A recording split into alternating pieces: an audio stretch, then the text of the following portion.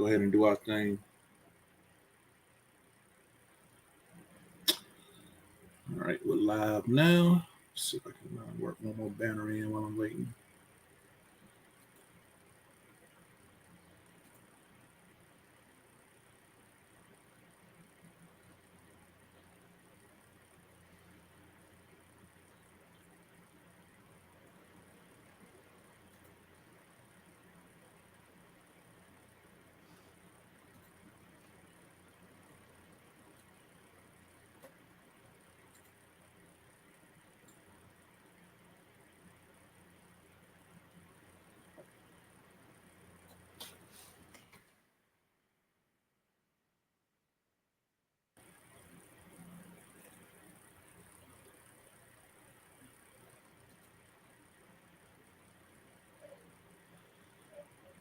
John B. Jenkins, what's up?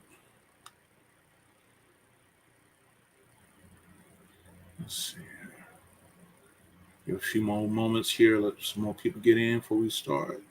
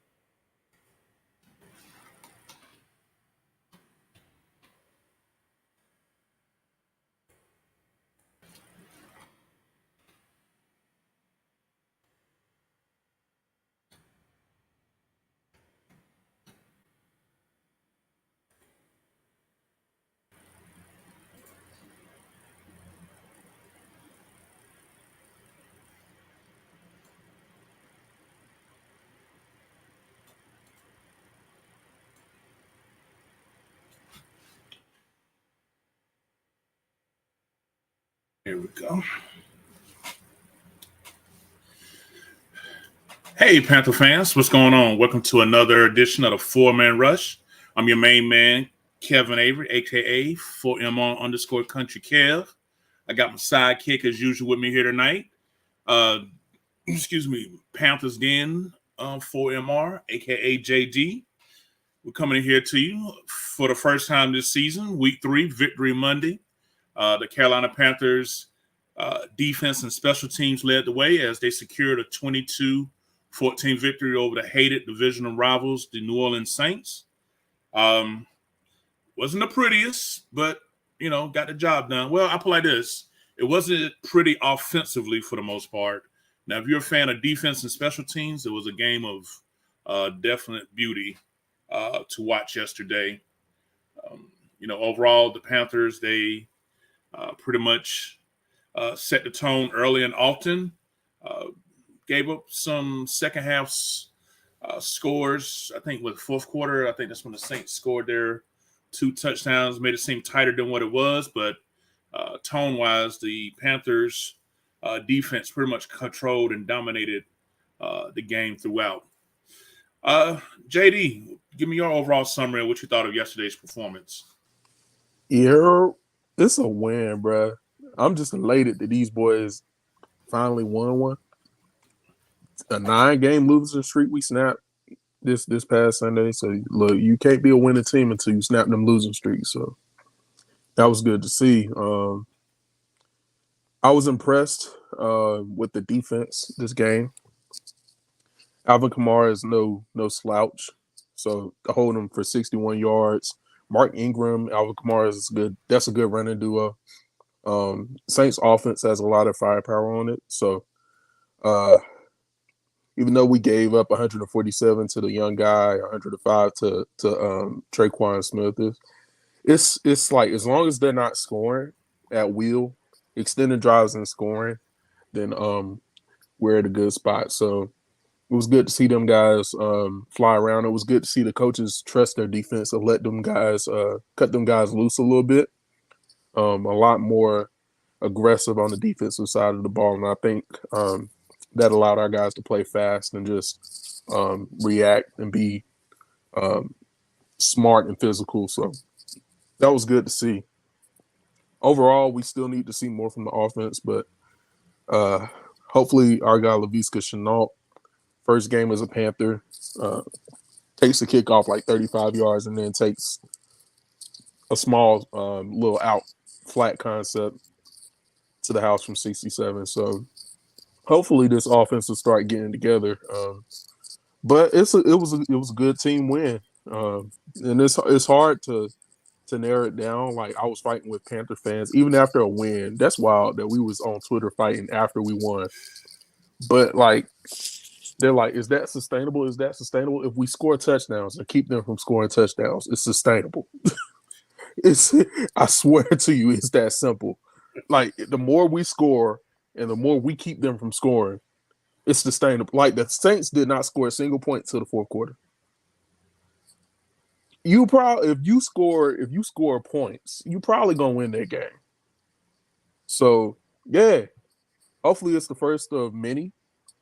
Yeah, we'll see what they go, how these guys and Rule build on it.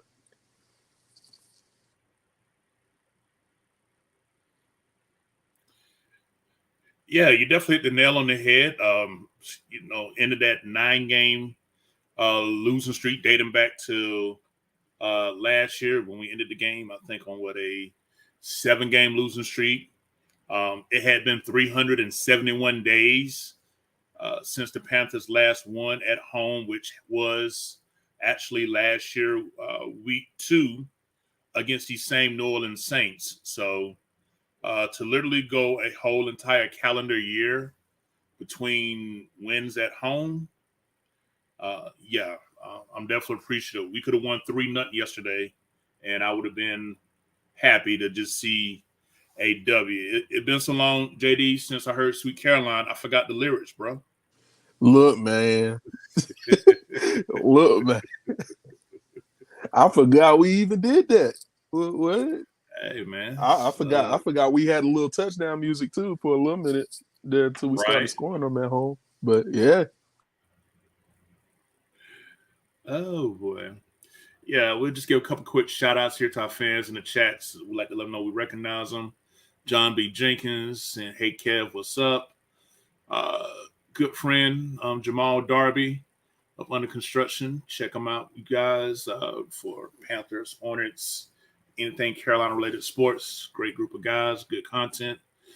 What's up, Kev? Elvon Friend, Hootie Hoo, long time day one Bill Spires in the house, Freddie Figueroa, Tyree Ross. I got my daughter here, Jelani. Talking about what's the deal. Hey, Princess, Daddy love you.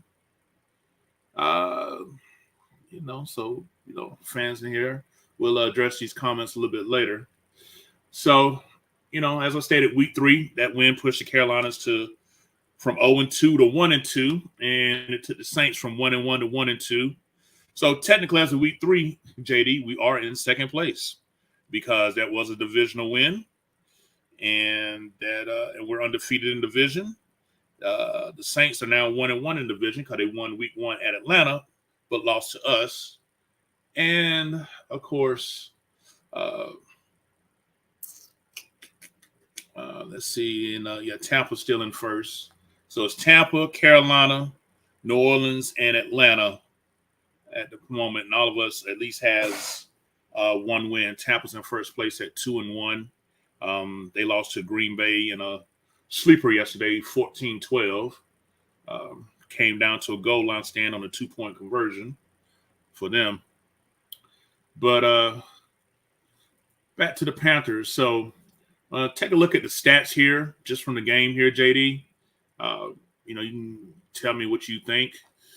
From the first down perspective, Saints had 19 first downs. Panthers had 12 on third downs. The Saints converted 5 out of 13. The Panthers converted 4 out of 14, so about even there. Total plays ran about even. Saints had 64 plays. Panthers had 59. Bit discrepancy in total yards here, but it's about points. Total yards. Saints had 426 total yards. Panthers 293. Passing yards, the Saints 342. The Panthers 148. Ouch. But rushing yards held the Saints to 84 rushing yards. Again, as you mentioned earlier, Alvin Kamara and Mark Ingram ain't no joke, so that was a big improvement. And we did our thing with 145 yards behind Christian McCaffrey's second consecutive 100-yard plus rushing day. What these numbers tell you, JD, about the team and how they executed yesterday? On the offensive side of the ball, obviously we're still anemic. We're not extended drives. We're not getting first downs. We might lead the league in like 3 and outs. Honestly, it's at that point through 3 games that it just seems like the Panthers, for whatever reason, their first couple possessions on offense, or at least at the very least, the first 3 quarters is just cannot sustain drives, and that's an issue. I don't know if it's a part of me believes it's like a chemistry thing, because when you look at it, our O-line was just named like not even 2 weeks before the opening game. Baker was named the starter with 1 week left in the preseason, so I don't know how much it is like these guys haven't played together. They really don't know their strengths or where their hots are, where their reads are. It's like I don't know if it's like just something that comes with the experience. But I do think McAdoo has the answer for a little bit of it. And again, it could be partly because I still feel like this offense is pretty vanilla. I haven't seen anything. I feel like they kind of opened it up a little bit last game, actually, this previous game. So you saw a couple double reverses. You saw a little bit of their bag as far as that. But like as far as passing concepts, I'll have to see a little bit better patterns. You got too many explosive guys. You got to get those guys the ball somehow. So on the offensive side, I think that's my main concern. Defensively, the yards given up, you mentioned the discrepancy. I think part of that is Johnny Hecker being a god. His point at punting the football. I think they said he put like multiple punts down inside the 10 or something inside the 15 or something like that. So that's giving them an extra yardage to have to recoup back, and maybe we could have did a better job of getting off the field at sometimes on defense and not letting them extend drives. But I was pleased with the defensive side of the ball. My main concern was rushing. And you can kind of see that in the Saints opening drives where they would load up the edges, go heavy, and then run at us on the edges. I was pleased to see us stop that. And I think a lot of that was Phil Snow getting extra aggressive at the line of scrimmage and stacking that box. So having more bodies in there to account for. And I think that's where you can attribute a lot of these yards that the receivers got, because they were on an island with single coverage. So that's really our mantra on defense. It's like we're just going to man up, and you're going to have to beat J.C. Horn and C.J. Henderson and Dante Jackson. You're just going to have to beat them. So I think that's something we can maybe tighten up, but I don't foresee it being something that they would be extra concerned about. I think they're going to trust that their guys with speed on the line of scrimmage will beat you to your quarterback before your receivers can beat our guys outside. So, yeah, I mean, overall, my main concern is the offense and not sustain the drives. We got to figure out a way to stay on the field.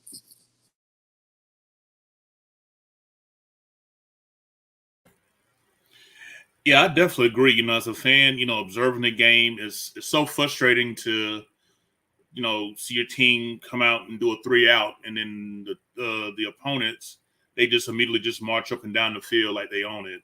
That's always something that just annoys me. It's like, I know it may sound unrealistic, but I want to see points out of my first drive. Preferred touchdown, will settle for a field goal, but to come out and punt after 3, 4, 5 plays, it just really makes me feel like we just not prepared, or whatever was scripted, just not working, or something like that. That's maybe that's just my own personal gripe and beef, but I would love for us to be able to score more on our opening possession, just to set the tone that, hey, we've done our homework, we studied our assignments this week, we put in the work, and we're coming out here to make plays. So that's just from my own personal perspective as a fan, but definitely I feel like that we have talent offensively that's really not being featured as it should. But JD, you mentioned something about Baker not being mentioned starter till right before the start of the season. I think this whole quarterback competition, left tackle competition, that was created by Matt Rule to coddle the feelings of Sam Darnold and Brady Christensen, I think that really is costed valuable reps for Baker Mayfield and Ike Ekwonu, because I really feel like had they got the day one reps from the beginning, I really feel like that they both would be more further along, and particularly with Baker. He's learning his fifth playbook in 5 years. Or 6 years or whatever, dating back to college, and then the different, he had three different head coaches while in Cleveland his 4 years. And, I just think this whole competition thing, it was spirited and it was made both guys better. I just think that's a factor that's affecting, I think, a lot of the chemistry, or lack thereof that we're seeing right now. What would you say about that? Would you think that played a part in it? I absolutely do, especially from the understanding of developing Icky to be your left tackle. Week 1, he has one of the best pass rushers in the league on his neck, so he needs as much time as possible. If you plan on rolling him out there at left tackle and letting him take his lumps, at least give him a solid foundation. Like you did both your starters on the left side of disservice, because now they're splitting time at left tackle. Well, I don't know if I'm gonna start at left tackle or guard. Or I gotta learn this. So if I'm at left tackle for Icky, I need to do this. If Brady Christian, if I'm at guard, I need to learn this, and I'm starting like right now I'm first team tackle, so I need to make sure that's straight. So I'm like, let these guys focus on one thing. Like, if you believe in, I've been a guy and I've been beat over the head in the chat by you over this. I've been a guy that said let Icky be guard, but I mean, if you're gonna put him at tackle, put him at tackle. You know what I'm saying? Like, I don't think there's anything as far as like his IQ or his athleticism. Nothing needs to be said about that. I think he can do both. I think just not giving him that time did him the disservice. For QBs, though, it is extremely pivotal that they get first team snaps or second team snaps. It's like, I understand people are like, oh, well, first team is the starter, boom, boom, boom. He's your franchise guy. He's the face of your franchise. But having all the second team snaps is pivotal too, because now your second team guy will be focusing on more in-depth things than, oh, I got to learn this, how to place this ball. This guy, this receiver is naturally boom, boom. He's a natural slot guy, so I have that guy. It would have done the team a better service if Rule would have said, okay, Baker's running with first team. As soon as his plane touchdown, Baker's running with first team. Darn it, you're going to run with second team. Straight like that. because now they have both the opportunity. Okay, this is the hot. If I want a slide protection, I need to do this and communicate it this way. You can go into depth, that kind of depth, as the first team starter or as the second team starter. And I feel like they just wasted the time splitting first and second team reps, instead of just sticking with one or the other and learning the system in that with that group of guys. So yeah, it's nobody's fault but Rule, honestly, that the offense is as stale as it is. There's no reason why most of our receivers are sub 4.4 guys, sub 4.5 guys. Most of our running backs are sub 4.5 guys. It doesn't make sense that this offense is as stale as it is. Again, it's all you got to put the lion's share of the blame on Rule, and some on McAdoo, and some on Baker. But that's just what it is, man. It's just NFL teams don't work that way. That's that college stuff we talking about.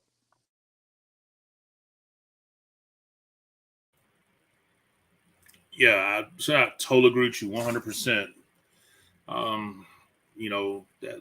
That's everything in college doesn't translate over. But just to switch up a little bit, want to jump in here and respond to what some of the fans are saying here on this particular subject matter. Bill Spires said that the Blitz wins this game.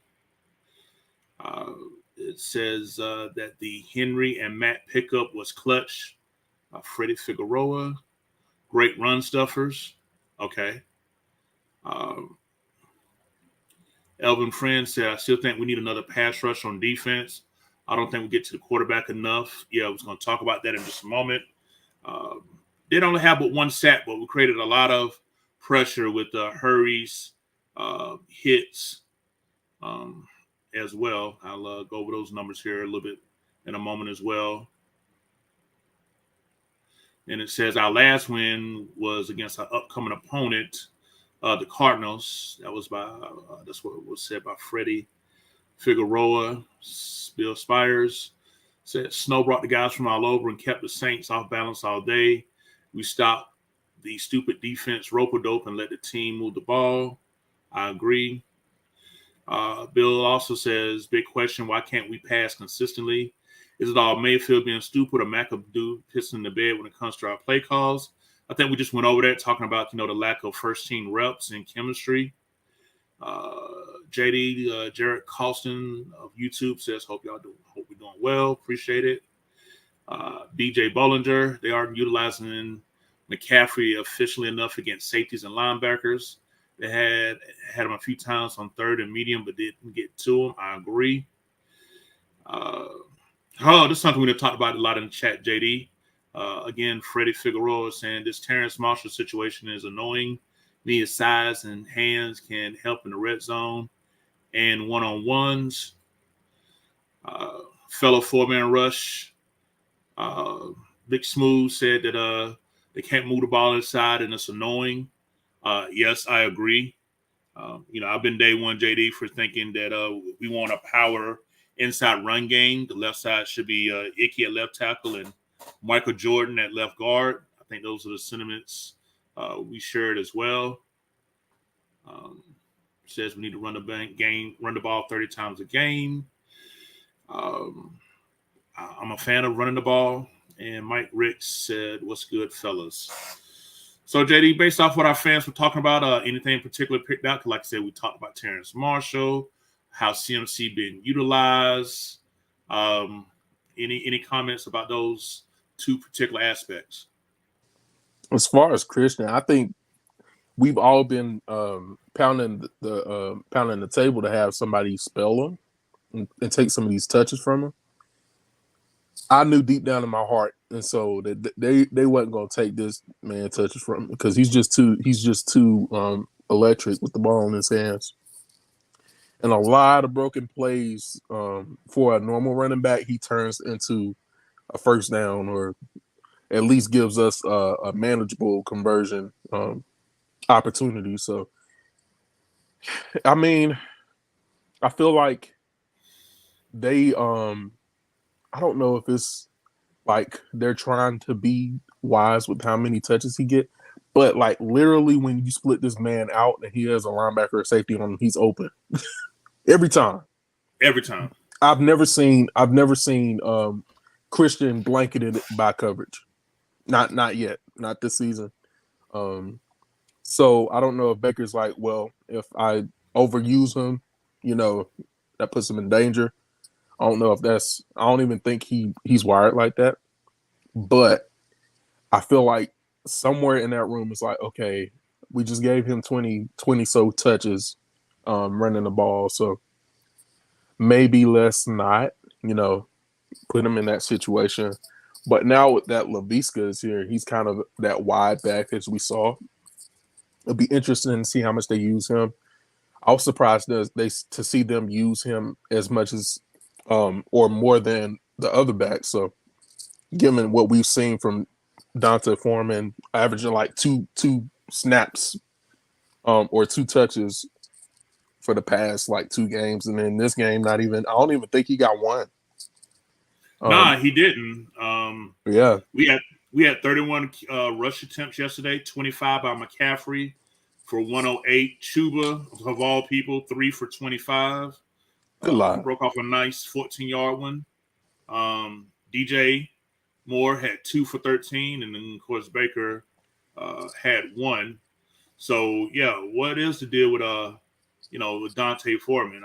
It's just kind of puzzling here why he didn't even get in the game or even get a carry. I don't remember even seeing him on the field. I don't know To if be honest with you. I don't know if he got snaps, bro. Like honestly, we saw Chuba before we saw Foreman out there, so I don't know if it's a matter of they don't want to take the offensive identity out the game because that's Christian. He's literally our offensive identity. I don't know if they don't want to take him out the game because the offense already looks stagnant. They got to get the man touches though because he's averaging I think he's averaging almost 4 yards a clip, or at least he was last game. I think he was at 4.5 per carry. So I don't know. And Rule mentioned in his presser that the opportunities just haven't been there. To be fair, this is the first game they had over 60 snaps on offense. So, I mean, given the situation, I can understand it. But let me shout out Chuba though for keeping his balance. The offense was acting a little different, man, because they had Ian Thomas catching passes and breaking tackles, and Chuba out here doing the matrix and keeping his balance. I was like, what? And God's name, they got in these boys. But yeah, hopefully, man. Hopefully they'll figure out the snaps and usage and stuff like that.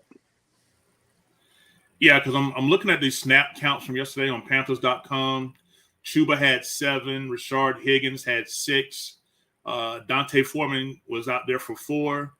And your favorite, Steve Sullivan, was out there for 2 offensive snaps. So, oh God. And the impact that he did, LaVisca Chenault was on out there for 11 offensive snaps, but definitely made an impact. So I'm just mad DJ Moore was out there 60 snaps for 1 reception, 2 yards. Like, DJ, if you just happen to be listening to us, just smile every time you see your weekly deposit Monday morning, from your contract extension you signed. Things going to get better, bro. Hold your head up, DJ. I promise you, bro. We look, we got to get that man right, bro. He's too dynamic. Man. Yeah. So, as far as the other aspect of the game here, that I saw improvement in with the Panthers was in the area of turnovers. We didn't have any. We forced 3 on the Saints. Also, our penalties, though annoying, always annoying. I would say anytime you keep them under 50 yards, that's a good effort. 4 penalties for 40 yards by the Panthers, while the Saints had 7 penalties for 58 yards. Time of possession really was damn near even. 29 minutes and 50 seconds for the Saints, 30 minutes and 10 seconds for the Panthers. So if you want to say we wanted on the time of possession, we did about 20 seconds. Which is also reflected in the both team had 13 drives. Saints had 64 plays. Panthers had 59 plays. So, win the turnover battle 3-0. JD, I think that's definitely a good sign. It seems like since we got beat up and ran the hell over week 1 against Cleveland, this defense seemed to have got woken up. Wouldn't you say? Yeah, man. This defense is looking a little different than the same. It doesn't look like the same group to me, honestly. From week 1 to now, even from week 1 to week 2, it didn't look like the same defense. I'm gonna shout some of that out to Marquand McCall, bro. Speak on it, man. Speak on it. This man is when he gets on the field, and I don't think he's cracking that. Like, I don't think he's one of the top guys in the rotation yet. But when he's on the field, it's automatic penetration, bro. I'm also shout out Derek Brown because they said he was a bust, but this man out here busting some heads. So even Henry Anderson, he'll flash sometimes. Ioannidis had a nice he did a nice little swim move, got out, disengaged his guy, and then made the tackle. So the guys up front have a lot to do with their improvement, bro. They definitely stepped their game up. Luvu, bro. What more can I say? What more can I say? Bruh, when I tell you, I got off the couch and screamed when this man, they pulled a guard. Oh my God, bruh. And this man popped the guard, bruh. Yep. Like it's that kind of stuff that we were missing, bruh. It's like attack the blocker, bro. Don't let that blocker get up in your chest and put hands on you like that. Go get that man. That brother, boy, we were missing that. And you could tell the other guys fed off that too. So Luvu, bruh, he honestly might be the best linebacker on the team right now. He might be. Shaq almost got him a little interception, Luke Kuechly style. I know Luke was smiling on. I ain't listened to the radio broadcast, but I know he was up there cheesing for that.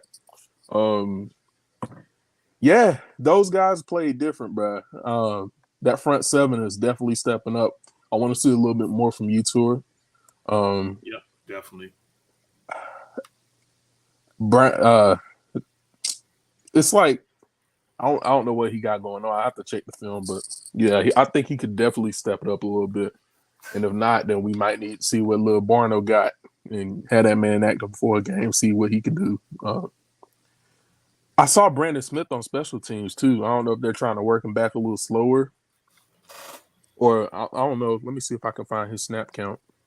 Oh, I got a snap count right here. Yeah, I got it right here. Okay, I could have sworn I saw him. Let's see. No, I don't have him down for anything on defense or special teams. Wow. Okay. I think my eyes was just playing the trick on me. I could have sworn I saw number 40 on the kick return. Hey, man. Look, I'm just ready for him to get back and feed off of some of this Luvu energy that we got permeating on the defense right now. Well, you know what? He may have, because I don't see him with any defensive snaps, so he may have been just strictly special teams because, you know, the way they do the snaps. If you play defense, they also going to put your special team snaps. Oh, okay. Yeah, just to let you know real quick, the snap breakdown. Keith Taylor coming back. He had 4 snaps on defense, 5 on special teams. Davion Nixon, let's shout him out. You know, got cut, brought back to practice squad, got activated with the injury to who was it got injured? Bravion Roy. Yeah, Bravion Roy. Kind of surprised that Hoskins was a scratch, but you know, McCall doing his thing. McCall, you know, for his impact, he only had 14 snaps on defense and 4 on special teams. But boy, that one on special teams where he blocked that field goal. Come on now. Yes, sir. What he run about, 6'6"? Yep. Yeah, so yep. Hey man, Harry Anderson had 18 defensive snaps. So yeah, that's the bottom tier here. We've been ragging on our linebackers, but Corey Littleton had 18 snaps. Davion Wilson had 24. Shaq had 51 snaps. Frankie Louisville and Jeremy Chin played every snap, all 69 snaps. J.C. Horn, 65 snaps. Xavier Woods, 65 snaps. Brian Burns, 56. C.J. Henderson, 54. Ionitis, 51. Gross Models, 46. Derek Brown, who was a man amongst boys. Come on now, speak on it. 43 snaps. Marquise Haynes, who hauled ass on the fumble return, had 39 snaps. Your personal favorite, Miles Hartfield, 37 snaps. Dante had 27. So Phil Snow definitely believes in rotating, guys and packages and certain things like that. So, but it says something about I ain't see it. Dante Jackson left with a neck injury. Did you hear anything about that? I ain't heard nothing else. I knew they took him out the game because I remember seeing Keith Taylor out there for a little bit with CJ and Miles, but I hadn't heard anything else from it. Yeah, and I'm also seeing CJ also had a little neck injury. So what's up with the necks on our cornerbacks yesterday? Look, they can't turn their head around. That's the issue. That's why they can't do it. You're stupid. Not fooling with you on that one, man. I'm not fooling with you on that one. Ever since Cornell against Seattle 2018, but anyway. Jeez. That corn was burnt, boy. All right. So let's get to the performance of these quarterbacks here yesterday. Mixed bag at best. As far as the results and the performances of both. Baker Mayfield's stats read as follows: 12 for 25 for 170 yards, 1 touchdown, no interceptions, was sacked 3 times, passer rating of 83.8. Panthers defense, what they did against Jameis Winston. Now, he was 25 for 41 for 353 yards, but as you said, thanks to our punter, they had to go the length of the field a large majority of the day. He was able to hit a couple of deep bombs, like I said, in that fourth quarter to make it more competitive. 1 touchdown, but, good old Winston, you can count on 2 interceptions. He wasn't sacked but 1 time, though. Passer rating of 76.6. So, JD, we at the Foreman Rush, we stay on Twitter, collectively and individually. A lot of discussion, about, the Panthers' offensive performance. Is it mostly on Baker Mayfield? I mean, I know we touched about it earlier about the snaps, but I hate to say it again, but I mean, the first 3 quarters of week 1 and the game against the Giants week 2 and now this one, I'm waiting to see that 2020 Baker Mayfield that made us all feel like that the acquisition of him was going to be something now that he's healthy. I don't see anything lingering. Like I said, we mentioned it could be, lack of first team reps, but, as a guy that, studied QBs extensively like you do, share with our fans what you think may be the issue. Now, he's not to be blameless, but I think it's all on him. But, from your perspective, what are you saying with Baker Mayfield that's causing him to put up these type of numbers? It seemed like he was missing some easy layups from the jump yesterday. I mean, it was guys wide open that were getting the ball on at their feet and just overshot with nobody really on them like that. And I was like, man, what's going on? So what did you see? Yeah, right. But even going back to week one, even week two, you saw that same kind of trend where Shy's open on the slant, he overthrows it, or DJ's open on the flat and he overthrows and throws it over his head. So I think a lot of what's going on can be attributed to his internal clock, and he feels like he doesn't have, or he just feels pressure. Um, and that internal clock, I like to put it, talks directly to your feet. So I think it's a footwork issue. Honestly, he just has to slow himself down. There's also plenty of plays on film where if he was just a little patient, look that safety off, it's a touchdown. That Right. simple. And on a lot of those plays, the offensive protection is fine. He has plenty of pocket to work with. It's just it's the I don't know if it's the awareness for him to relax, take another beat, pat the ball right quick, boom. It's not like they're like a long way away. For a lot of these plays, it's just a split second decision um, to like either tuck it or hesitate a little bit, and that gets him in trouble. So I think if we had to place, and I hate to say like, oh, it's this much his fault, this much his fault, but I think Baker has to take responsibility for a lot of what's going on, especially with when his offensive line has done their job. They're blocking twists and stunts much better than they did last year. And even last year apart, it's like the offense for the most part is doing their job. It's just execution part. So yeah, I think for us to look better on offense, they have to do a better job of attacking all three levels. I think that's what we're missing in the passing game. Um, like if you took a look at some of his passing charts, you would see a lot of attempts underneath, and you'll see a couple attempts deep. But that intermediate part of the field, from like I would say maybe about 10 to 20 yards, that whole block of field is just not being attacked consistently enough. Mm-hmm.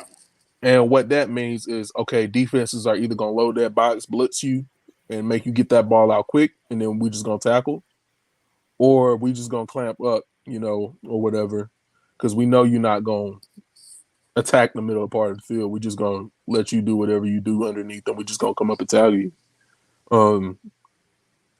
But yeah, for this offense to look much deadlier, and what honestly I think Baker is capable of, he can make all those throws. There's not a throw on the field I don't think Baker Mayfield can't make.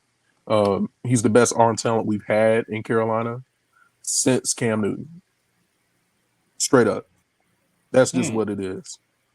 Okay. Since 2018, Cam Newton, I'll give him that. And I think Teddy had better touch.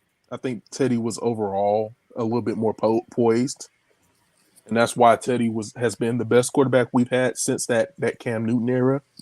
But I think Baker, as far as talent goes, he's up there with the very best that have ever done it in Carolina. So it's hard because it's frustrating to see how close it is on film. But yeah, they just got to do a better job. McAdoo's got to call some schemes up or scheme something up to get that intermediate part of the field more susceptible to their passing attack. Play action wise, that'll open them up for the deep shots. That'll make their short game better. It's like that's the only thing that the passing concepts are missing. And a part of the reason for that, I think, is that they're using mirrored passing patterns. So you'll see like a slant on this side, a slant on the other side. You'll have two guys running like a levels concept to where one's running a shallow crosser, then another one's like right behind them, not even 5 yards behind them. When you can really honestly flip that into like a bench concept and have one guy running a medium kind of post thing, and then if you want to have a quick slant or a regular slant underneath, that would attack that second level of the field better. than just two drags or two shallow crossing routes. So it'll be interesting to see what McAdoo does. And I didn't do a super deep dive for McAdoo's passing concepts when we made him the OC. I was more anticipating the power run game because that's what he did in New York, and that's what I wanted to see. A lot of the 4-man rush wanted to see Michael Jordan out there and just move bodies and let Christian McCaffrey hit the lane and just take off to the races. But yeah, it'll be interesting to see. I don't know what they have cooking up, but it's got to be. It's blatant on every passing chart that we've had so far. All three of them, the middle of the field is just not being attacked. So we'll see, man. They got to get that figured out. Hey, Jid, if you don't mind, I'm gonna go ahead and say what needs to be said. It's gonna be a little bit controversial because I know how fans were reacting. But had the Panthers kept Teddy Bridgewater, I think we'd be in a much better position year 3 than where we are right now. I know he wasn't, but yeah, talk to him. That's come facts. on, man. You know, we wasted 6 draft picks, getting Matt Corral and Sam Darnold and Baker Mayfield. Yep. For the results that we gotten.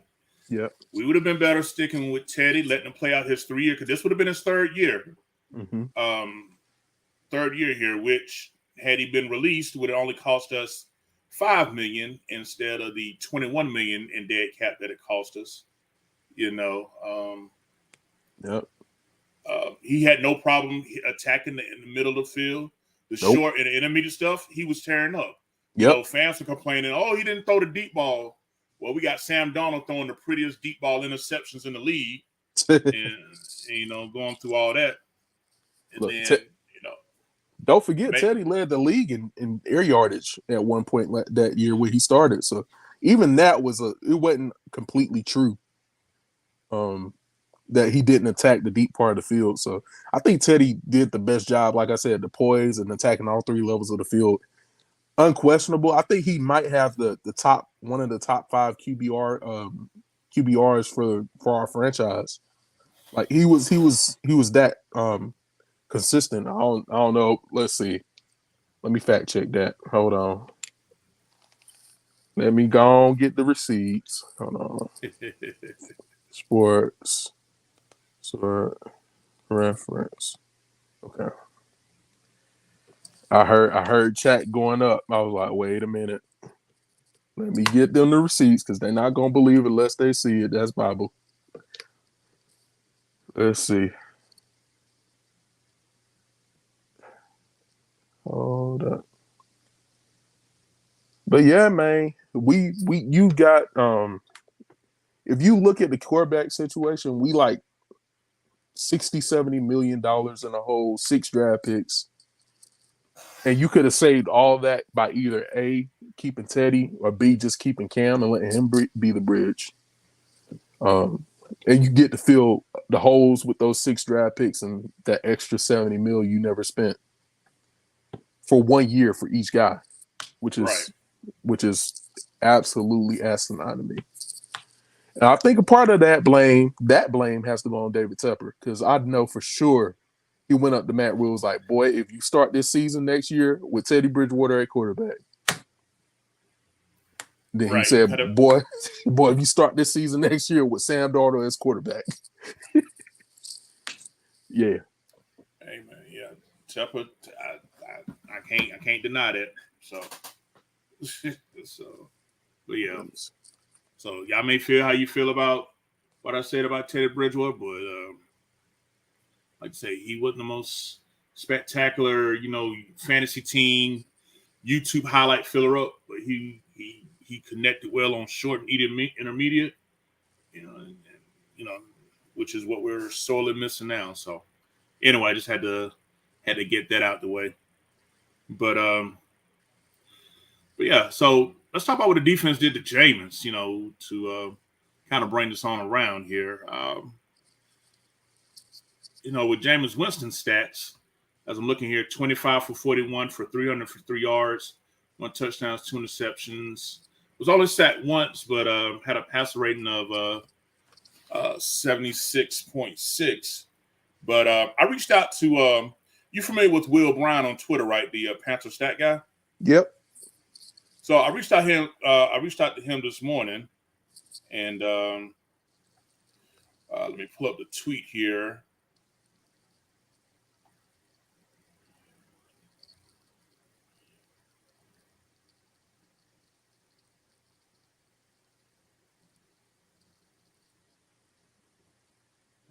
Give me one moment.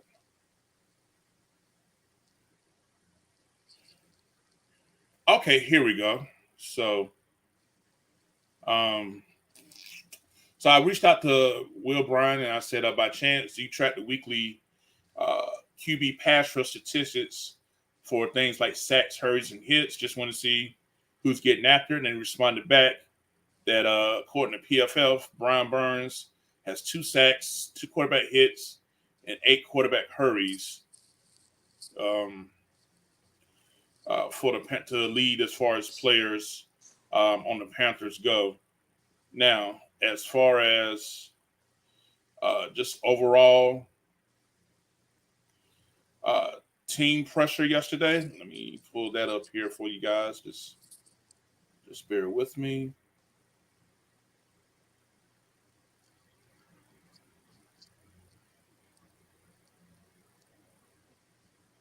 Let's scroll right past it.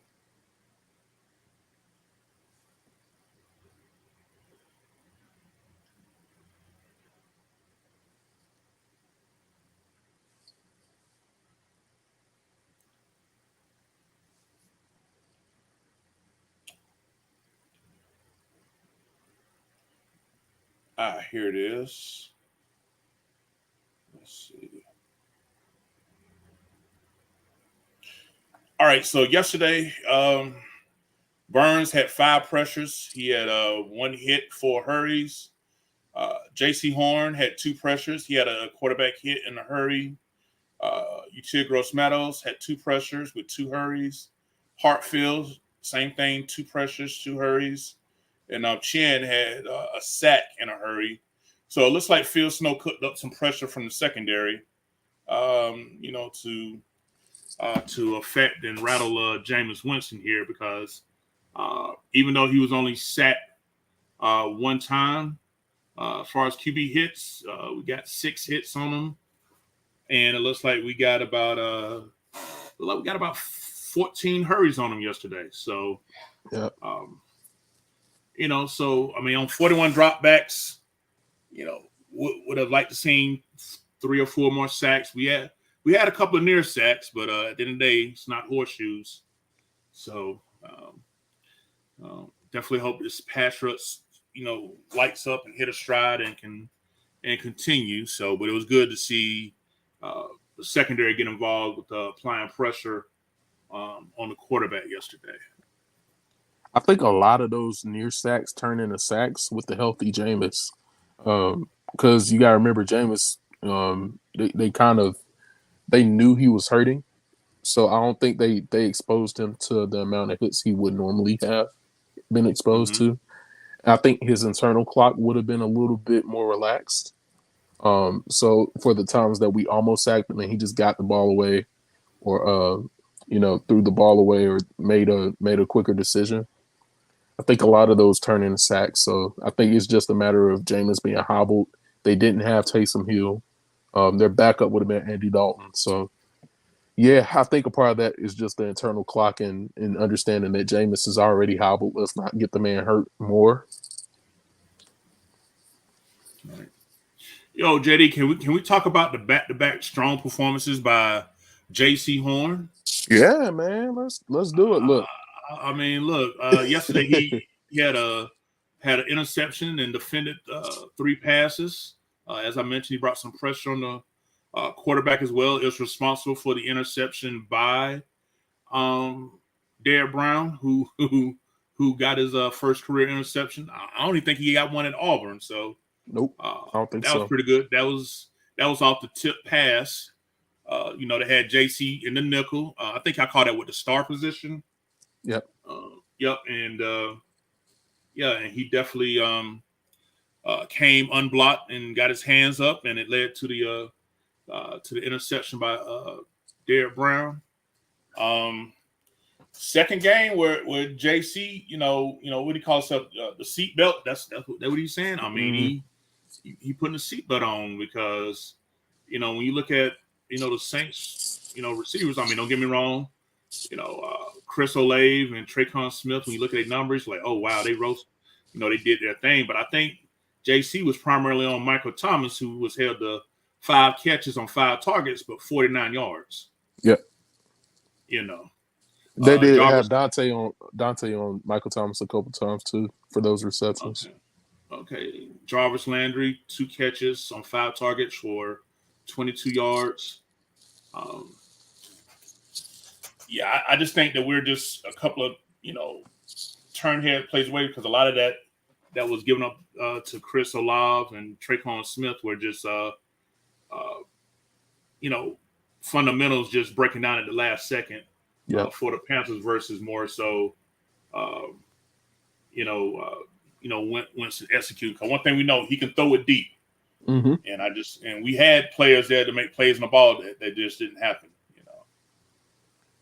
Yeah, a lot of that is just trusting that they were in good position. I think C.J. Henderson. For the most part, he's the primary guy, like to where he'll be in good position, but then know the ball is in the air and he kind of, I don't know if he panics or just doesn't trust his position to find the ball.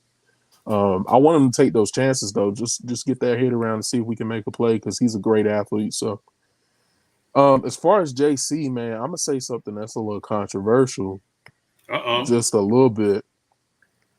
JC is what they're trying to make. The fans are trying to make Jeremy Chin to be out.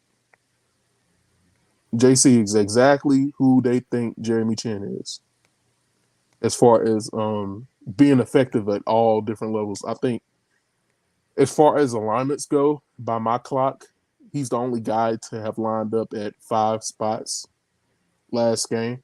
JC is. So those 5, we had him on the edge as a pass rusher. In the box 13 times. Free safety, I think I saw 3 or 4 times. Slot nickel, and just outside boundary corner. So he's been everywhere, and it's a little rare to see a top 10 corner pick like this to be a lot. Like JC was picked to be a lockdown corner, but I don't think I've ever seen a corner of his caliber moved around like this. So if you go back and look at the other corner taken after him, Patrick Surtain, he's primarily a boundary guy. Right. And he's damn good at it. He's really, really good at it. But JC, I would say he's elite in his second year. Yes. Like he's hooping. And I think it's unheard of because like even a guy like Sauce that just went this past year, primarily a boundary guy. Okuda, who struggled a couple seasons early on for the Lions, has been a boundary guy. I don't know if I've seen another corner line up at Joker, line up at free safety. Okay, now he's at nickel. Okay, he's going to be at boundary corner. I don't know if I've ever seen a young corner of JC's caliber do all that. So I really think JC is going to be that do it all kind of guy that everybody thinks Jeremy Chin is. Yeah, and then to be honest, him move around. I think Dante Jackson can be moved around and be used effectively in the same role. Absolutely. I think he could definitely play free safety. Nickel. Outside cornerback. I definitely think, and I think we got the talent as far as guys like C.J. Henderson, like Keith Taylor, that can play the outside or the nickel while these while we rotate guys around like JC, I think there's a lot of versatility that would allow Phil Snow to get real funky and creative with the personnel grouping and the alignment in the secondary. Wouldn't you say? Yeah, I'm surprised that they haven't been playing matchups more than they have. I don't know if they're just trying to get everybody's feet wet at one position and get a little more creative as time goes on. I think Dante might be my favorite film of him at LSU was him moving around, jumping from boundary to nickel to free safety, and just letting him fly around and make plays on the ball. Xavier Woods, another guy, he's a safety, but played nickel at a high level in college and played a little bit of boundary out in college, so it can move around, free, strong, doesn't matter. Miles Hartsfield, literally both corner and safety on college film, so it's good to see these guys move around. I think they should play a little bit more matchups with it. So I think for last game, I would have liked to see JC on your bigger guys like Michael Thomas and let him press up a little bit more and let Dante have that roaming role, or at least have Dante on like an Olave, a guy that's pretty fast. I would have liked to see that a little bit more. But other than that, I love moving these guys around. I don't think I've seen anything quite like it at the NFL level.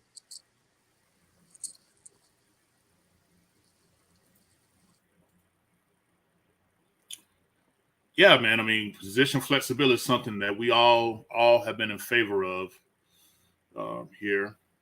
So let's wrap this up by responding back to our fans here.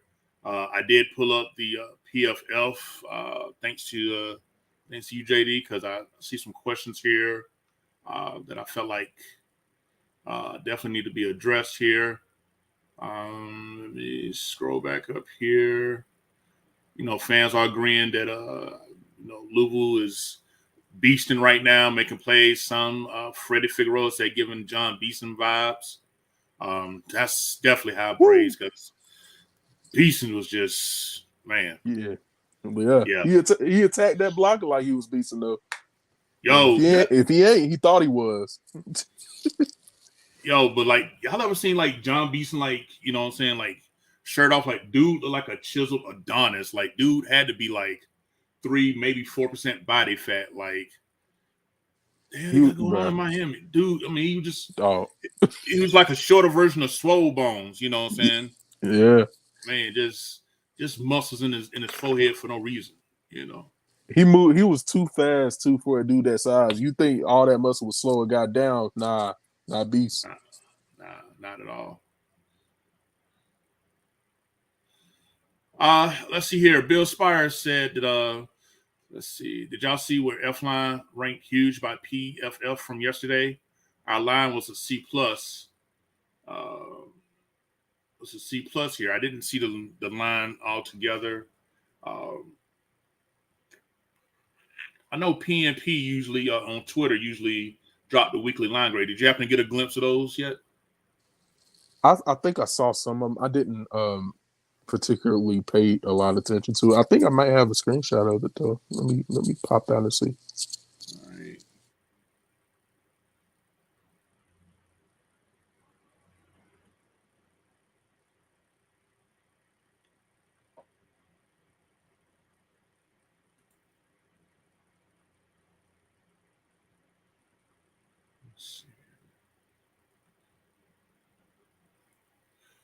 All right. Here it is. Okay. All right. I was able to actually pull up the whole roster here. I'll bet. Okay, so yeah, let's if you fans don't mind, joining us. We're gonna go down PFF Boulevard here. I know because we've been very vocal, when it comes to the grading system of PFF, hasn't always been what we felt like was the most accurate. But it seemed like they're consistent across the board with everybody. So we'll take it for a grain of salt as a tool and not so much the final say. But let me get ready to share the screen here. All right, let me switch the format up.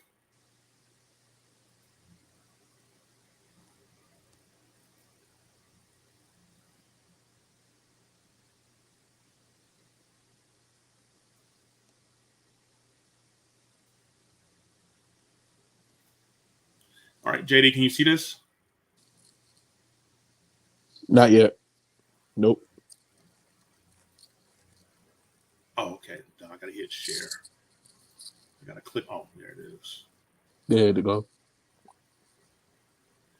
All right, can you see it now? Yep. All right. So according to PFF, this is how the Panthers graded out yesterday. Baker, my man. Jeez. Yeah. 43.3 is the grade Baker got yesterday on offense. Um, of course, easily the highest grade was LaVisca Chenault at 95. True Blues. Robbie Anderson, 52.7. DJ Moore, 63.6. Rashard Higgins, 55. Yo boy, Shy Smith got a 49.3. He probably deserved it too. I ain't gonna lie to you. Not sure why Terrence Marshall got graded because I didn't see on no snap count yesterday. For a reason, they got him at 68.1. That might be for let's see. I don't know. Cause I thought he was inactive. I thought he was too. Let me make sure I'm looking at this right. Yeah, click that. You was right. Oh wait, no, that's draft year. Never mind. You was right. You was right the first time. So this is yesterday's grades, right? That might be overall. But I haven't seen him play all year. But let me see. Scroll to you see where it say tools at the top tab? Oh, yep, you was right in that black area. Okay. Keep going to the right. It says tools and then player grades. Hit that. Okay. Let's see. Scroll down. Yeah. Hold on. I forgot how PNP told me to get to that. Okay. Boom. Oh, okay. Hold on. You see where it says, you know where you press player grades? At the top, on that top tab? Go right next to it and hit premium stats. Okay. I think that's going to be it right there. Pal. Now scroll down to Panthers and hit our logo. Yep. Season grades. Yep. Now click Saints. Click the Saints line. And then go to game reports. Yeah, sure. All right. Now you can look at offense, defense, blocking, all that good stuff. You can just hit one. Oh, okay. And then, yep, that's for this game. Oh, okay. Here we go. All right. Yeah. Learning on the fly. Yeah. Okay, so they got them ranked from best to worst per se. There's a LaVisca 95 yesterday. McCaffrey 79. Taylor Moton 70. Chuba at 67. Solid day from Corbett 66. Shy 64. Brady Christensen 62. Then after that, drops down to the 50s. Yeah, like I say, the offense was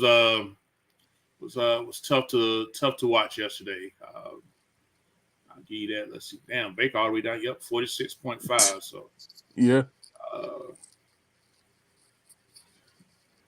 Damn, they had Pat Eflin 45.4. He missed a couple of. I think he was supposed to help out with the stunt, and he missed it, and it ended up being a sack or two. So I think that's probably what. But he's generally been one of the top 3 linemen we have graded out as far as PFF goes. But again, with a grain of salt. Definitely with a grain. A large grain of salt.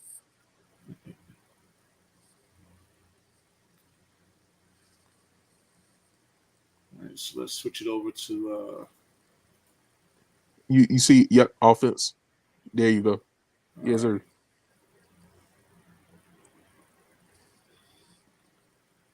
Let's take a look at the defense. Should see a lot of green over here. Here we Yeah, go. that's the vibes.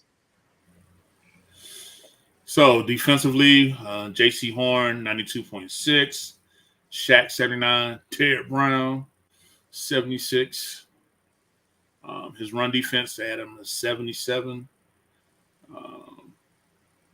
Good to see. Shit, for 9 snaps, Davion Nixon did work.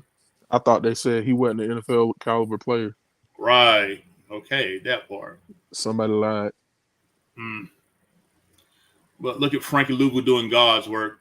73, but run defense 89.2. Mm-hmm. Hey. Looks like a proved game from your boy Damian Wilson. 70. Tackling 78, which we had been on him for. Yeah. Coverage 65. Run defense, so not bad at all. Brian Burns 67.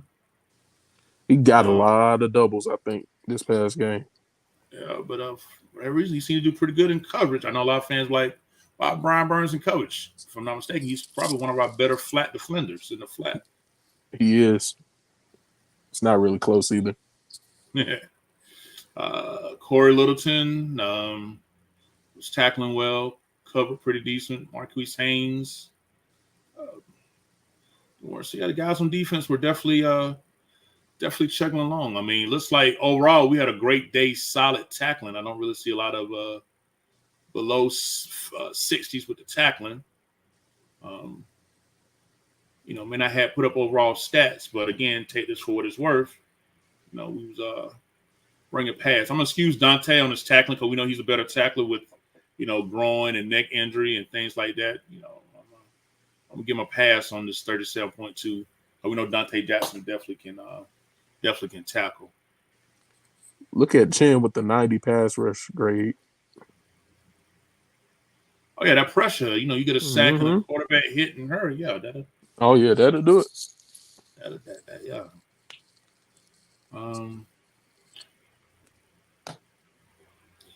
Yeah, definitely. Let's take a look at a little other interviews here. Let's take a look at coverage matchups. Let's see.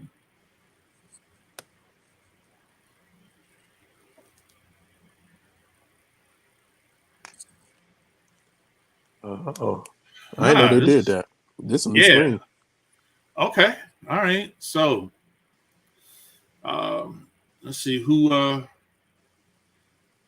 ate the most against certain defense. So let's start with the top. Miles Hartsfield. Miles was locking them down. Let's see. Yeah. Olave to 11 yards. Trayvon Smith to 23. Michael Thomas to 22. Hey man, get Miles Hartsfield some more reps. Look, I'll take it. Hey, I'll take it. He would have had him a pick too, if he would have just closed on that ball a little bit better. Right. Like Shaq had a pretty solid game. Anytime I see a wide receiver, I'm assuming he's playing zone, but tight end, it looked like he was mainly on Kamara's ass because Kamara's held 2 receptions, 12 yards on 3 targets. So good job. Yeah. Look like Chris Olave got his chunk on C.J. Henderson here. Targeted 3 times when covered by C.J. Henderson. 72 yards, that big 49 yard one. But I'm still not giving up on CJ. That's just me. My own personal preference. We know Michael Thomas don't do nothing but run slants, so 8 yards. That was probably the slant.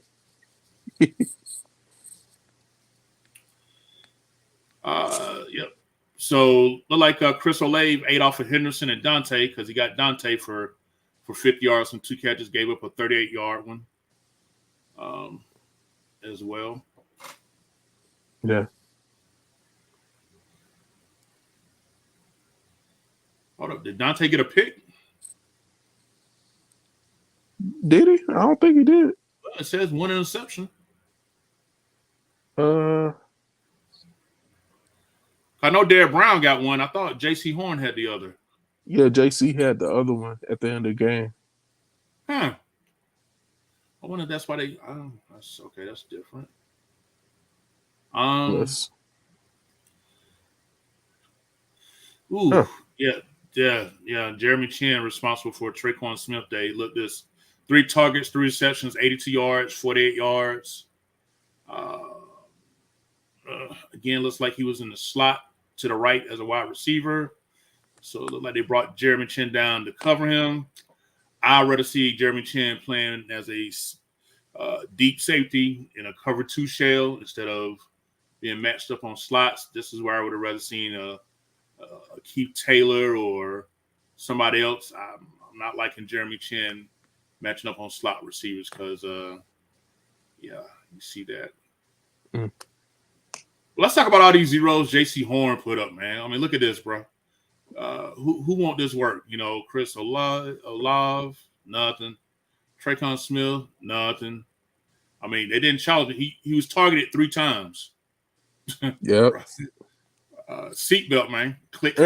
And it's not like it's at one part of the field. Like we just said, he moved around. So Right. that man just strapping stuff down. That's what it sounded like to me. Yeah, definitely to me as well. Strap it up, click it a ticket. This all 22 is about to be some fun, bro. Bruh. I can't wait for it to drop. Hey, fans, I mentioned earlier, I mean, maybe later on in the week, I don't know, maybe Wednesday, Thursday, whatever, how the schedule play out. I definitely have to see how, my new trucking schedule going to work out. Definitely going to have to come on here and do some all 22 breakdowns with JD here with you. Yes, sir. Okay, let's take a look at Xavier Woods. Jarvis Landry, 1 catch, 13 minimum damage. Okay. All right. We'll live with it. I definitely will. Frankie Louvu, gave up a 9-yarder. That's pretty much it. Corey Littleton, I mean, he did his job. He's one of the best coverage linebackers we got. Right. Keith Taylor, I mean, Chris Olave just ate against everybody. I know it's only 1 for 8, but it looks like he got catches against everybody. So that rookie going to be a problem in our division. Mm-hmm. Mm-hmm. So we might have to the next game put JC on him and see how it goes from there. Yeah. All right, so this is some good stuff here. Okay. I didn't know it broke it down like that. That's wild. I see. Yeah. Let's see what else. Let's go back. All right, that was coverage matchups here. Let's take a look at something else. Let's check out this run defense. How they break it down.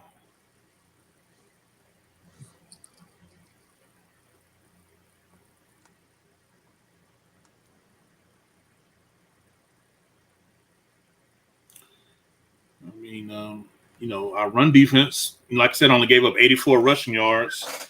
I think, like I said, we held Kamara to 15 carries, 61 yards.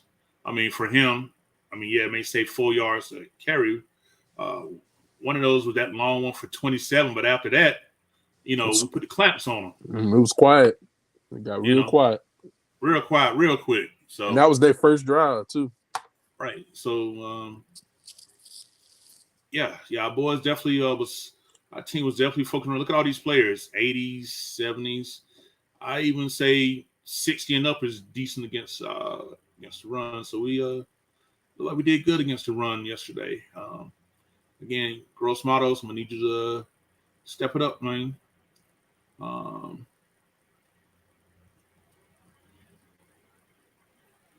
Okay, so that was a lot shorter. Okay, run defense. Let's take a look at what we've been talking about, pass rush. Here's the breakdown. Okay, like I said, we had 14 hurries, 1 sack, 5 hits on the quarterback. So I think James had 41 pass attempts. So let's see, 14 plus 5, that's 19. So 20. So on about 49%, nearly half of his pass plays, we had some type of pressure on him. Yep. I could live with that. If we getting pressure on the quarterback 50% of the time he's throwing, I could live with that. Couldn't you? Just shoot. We'll make it work. We done got worse pressure than that before. Right. Right. I'll live with it. That's cool with me. Right. You get inside that 45%, that's when the turnover spike too. So if we can live right there around that 40-50%, then I'm cool. Right. Okay. Take another aspect here. Coverage in general. Let's take a quick look how they do that. Man, this is some in-depth work they're doing. Mm-hmm. And this is for all 32 teams. Everybody else's team got theirs too. You know what they say? 2 organizations got eyes and ears everywhere: the IRS and PFF.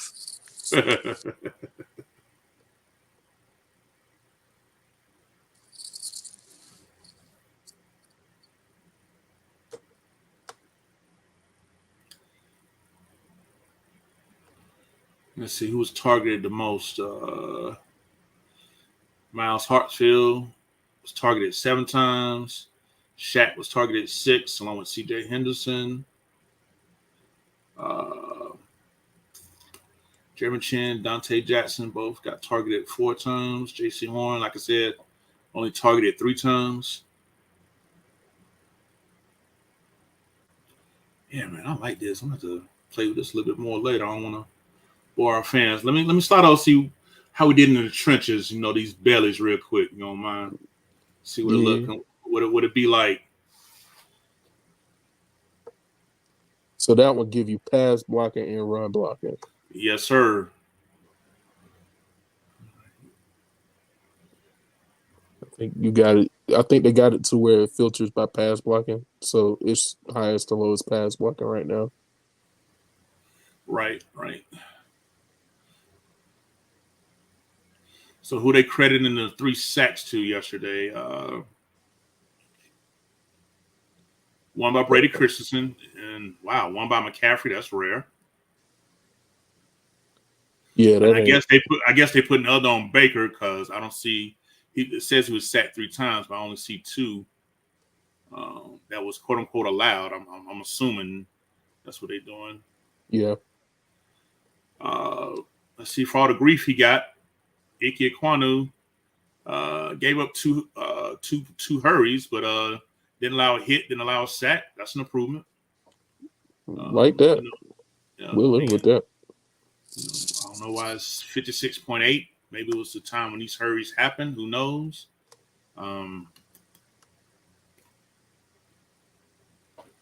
But yeah, okay. That's blocking. Now let me just see how detailed they are when it comes to run blocking.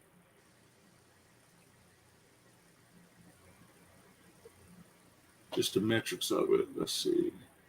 Oh, it separated by zone and gap scheme at the top.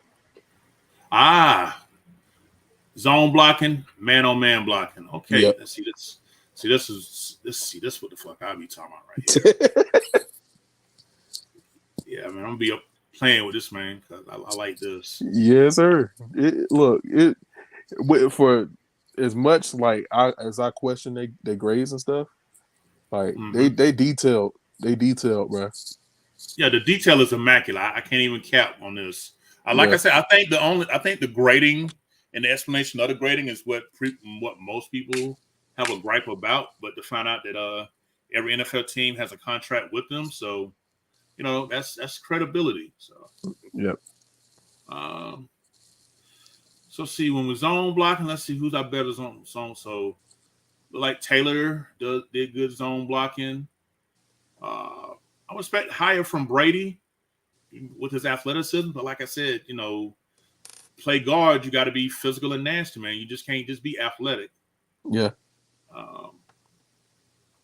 Surprising enough, Austin Corbett had a good day run blocking. Like I said, in that zone scheme, which is what he's what he's accustomed to. Let's see from here. Icky, uh, 55. I thought he had a better day than that. Right. Now when we go man blocking, let's take a look here. Who's our best man? Who's our best man blocker? Let's see who toted the nuts per se. So let's see. Taylor, 55. Corbett, 55. Looked like they got Brady at 60-something now. Yeah, damn. I went right past it, 66.9. So okay. All right. So he manned up on that one. All right.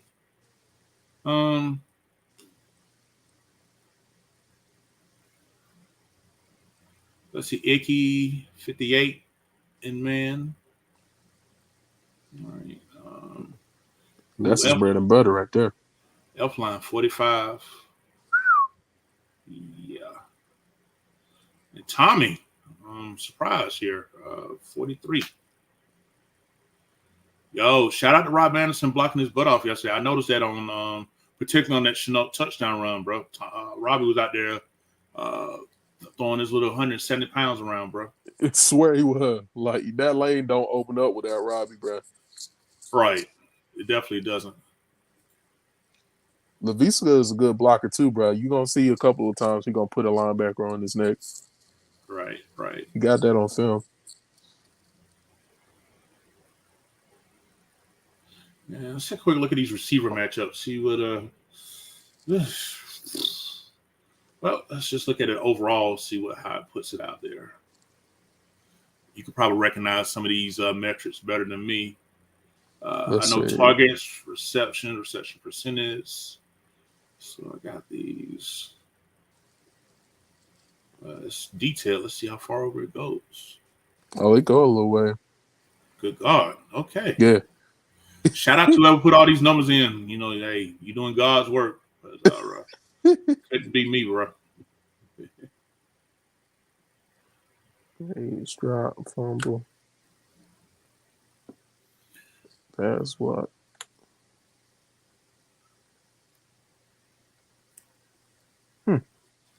I need to explain why DJ had one reception for 2 yards, bro. I just can't. I don't understand it. Yeah, let me get some depth and direction. See what that's.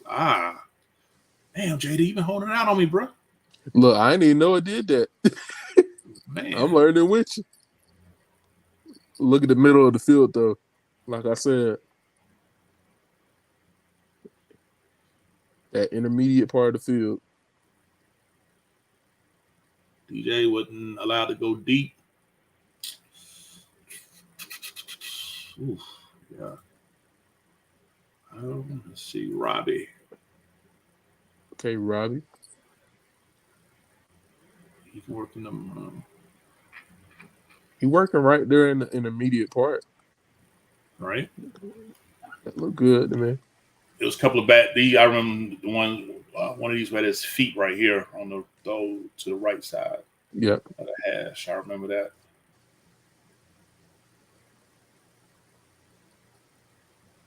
Wow, this is. Tell them boys to give PFF they little chunk of their check. For real. McCaffrey, of course, most of his, will be back here.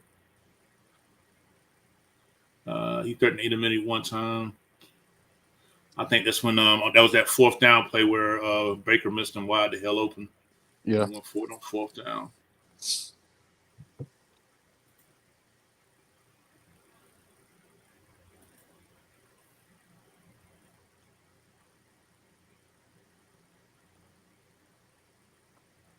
right, this is pretty cool. Shy. Yeah, I'm a little first down. Right. Screenplays. And he had another one for 23 yards. Okay, I didn't know that. Yeah, he had a little 23-yard first down. Yep. Shit. Okay. All right. Mm-hmm. He was getting loose a little bit, bro. What the hell did I do?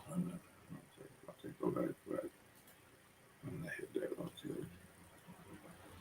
let's go to receiver matchups. Who putting the clamps on them? Let's see here. Yeah. DJ was covered for the 5 times he was targeted. Only once by Lattimore, twice by Bradley Roby. Tell everybody took their turn with McCaffrey, 4 players.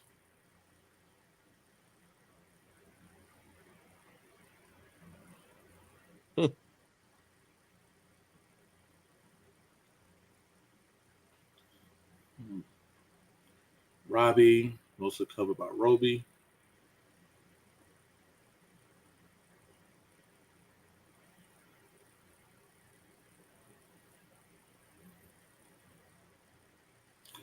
Yo, PJ Williams ain't always in a highlight for the Saints. Yes, swear to God. Mr. Deep Dive.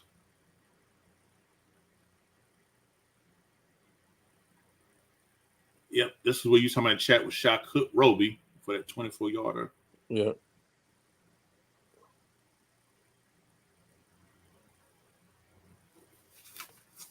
Man, this is cool. I like this. This is where it's at. Don't let our offense start cooking. This is gonna be a lot of fun getting in these tabs right here. Man, what you talking about, man?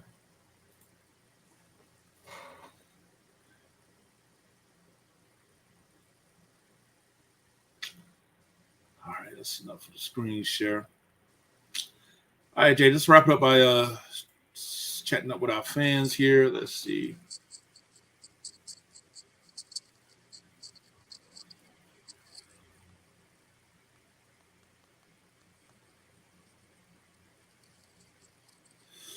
I'll let you answer this, JD. Freddie Figueroa back at 920 said, what you think about Chin so far? I think he can have a Pro Bowl year. I think Jeremy Chin is I think he's more of a linebacker than what they're leading on. I think his impact on the game when he's closer to the line of scrimmage is just higher. I think he can play safety, and I think he should do both. I think he's less of a safety than what the team thinks. And I honestly think the defense will just improve if you keep him closer to the line a little bit more often. So I think, yeah, they just got to bounce him out. He's one of those guys that can do both. I think he's in that mold of like an Eric Reed, to where if they would have played Eric Reed at a little bit more in the box or a little bit more closer to the line of scrimmage, he would have been a lot more dynamic than what he was. I think the same is true for Chin. Just let him get close to the line, and kind of play that see ball, get ball kind of role. Because when he does that, he's at a different level. All right.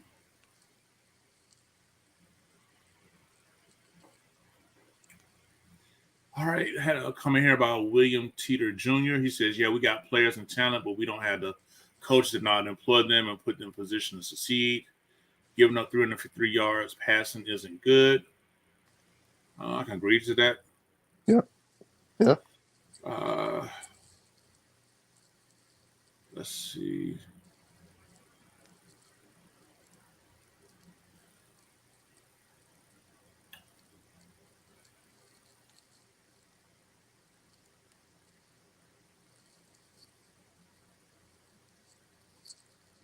All right. So, yeah, that's pretty much it.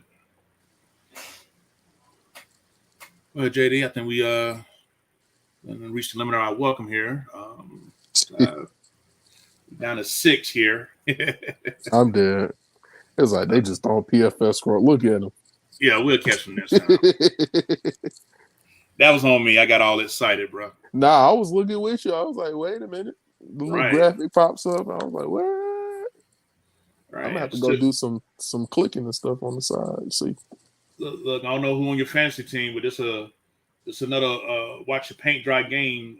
Dallas 6, Giants 3. They just started the third quarter. Yeah. I sure started Daniel Jones this week. Bruh. Yeah. It's gonna be another rough season, bro. Yeah, that part.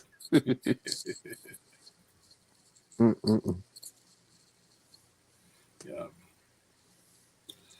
All right. Well, for those of y'all that are still with us, appreciate you sticking through our PFF moment here. We definitely was enjoying seeing those. That's the stuff that we like doing in the chats and when we're doing our research and things like that. So this is definitely be a tool we can use to make our content a lot better.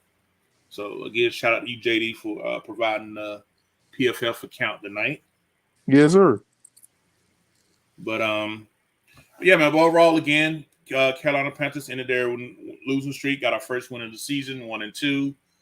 Currently, as of week 3, in second place in the NFC South. I think our division is up for grabs, but we can maintain the defense and special teams we saw yesterday and get more consistent QB play. I think we could possibly make some noise. Absolutely. It's all on this offense now and this defense to keep that same energy. Right.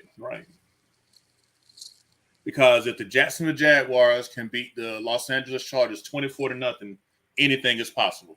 Swear. Anything is possible, bro. I did not see that one coming. Oh, baby. Right. All right. So on behalf of everybody at the 4-Man Rush, we want to thank you all again. Again, we thank you guys for interacting with us on our different social media platform, whether it's Facebook, Twitter, YouTube. We definitely appreciate you guys. Even if we don't always agree, we just enjoy the banner. We enjoy the different ideas and different thought concepts that we all run into. So, again, always thank you guys. JD, any closing remarks on your end? Nah, man. We won one. Hopefully we'll win one next week. Got the Cardinals coming to us. Oh, yeah, definitely. And depending on your location, I believe in safety first, we'll see if the game is affected. If you haven't been keeping up, there's a hurricane just south of Cuba named Ian that looked like he want to make his way up through this way by the end of the week with rain forecasted entering the Carolinas late Thursday night, all day Friday. Could be all day Saturday, leaving out potentially early Sunday. As you know, these things can change. Anything can make them go one direction or the other, so keep tuned. But definitely be safe, get prepared. When it comes to the Carolinas, I think it's said winds can be anywhere between 35 to 50 miles an hour. We can look at anywhere from 3 to 5 inches of rain. So just make sure you take precautions and be situated. We've been through worse, but we never want to take Mother Nature for granted. So definitely tune in to your local news, the Weather Channel, whatever you use to monitor throughout the rest of the week, because we all need you back here to keep pounding. So make sure you guys stay aware of that. So, Ian, if you hear us, don't be coming up here acting up, messing up stuff. We ain't had to bring up nothing about no hurricane all year, last couple years. So we need you to act like you got some sense. Right. Right. All right. Well, again, thank you, JD, for joining up with me tonight. Again, on behalf of everyone here at the 4-Man Rush, I want to thank all you fans. We'll catch you guys out there in social media land. Y'all enjoy, be safe, take care of each other, and always keep pounding.